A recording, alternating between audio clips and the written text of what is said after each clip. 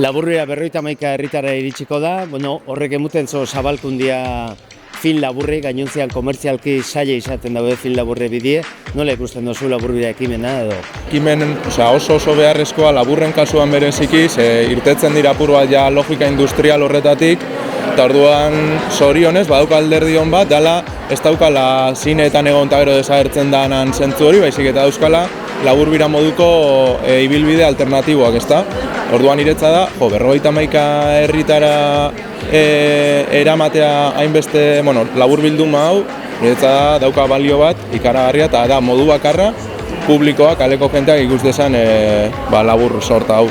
Guretzat garrantzia handikoa da, azkenean, zinea leku askotara heldu behar delako eta kultura delako.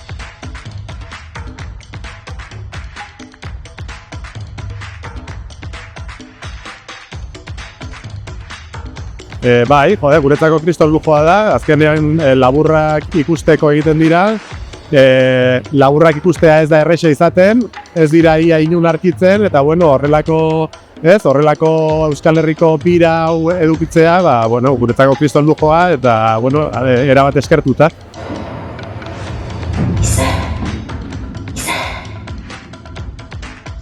Aukera itzel bada, izugarrizko aukera, zorionak zuei, benetan aukera hau eskaintzearren. Kasu honetan, nire kasuan bintzat, izango zen modu bakarnetarikoa, jendeak filma ikusi alizateko, eta orduan pozik eta zorion txu.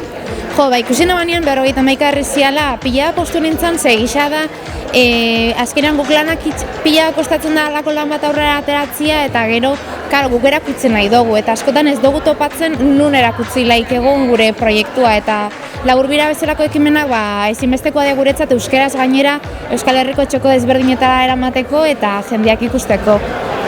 Adertu, hau da,